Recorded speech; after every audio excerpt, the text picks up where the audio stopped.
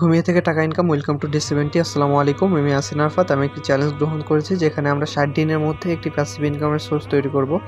আমি একজন graphic designer, দীর্ঘ অভিজ্ঞতা থেকে আমরা এই চ্যালেঞ্জটি গ্রহণ করেছি। সো আমাদের মোটামুটি সব প্লেস থেকে যেখানে যেখানে আমরা ইনকাম করার জন্য, প্যাসিভ ইনকামের জন্য আমরা ফাইলগুলো রেডি করে দিচ্ছিলাম, সবগুলোতেই মোটামুটি কম বেশি ভালো একটা ফলাফল আমরা পাচ্ছি।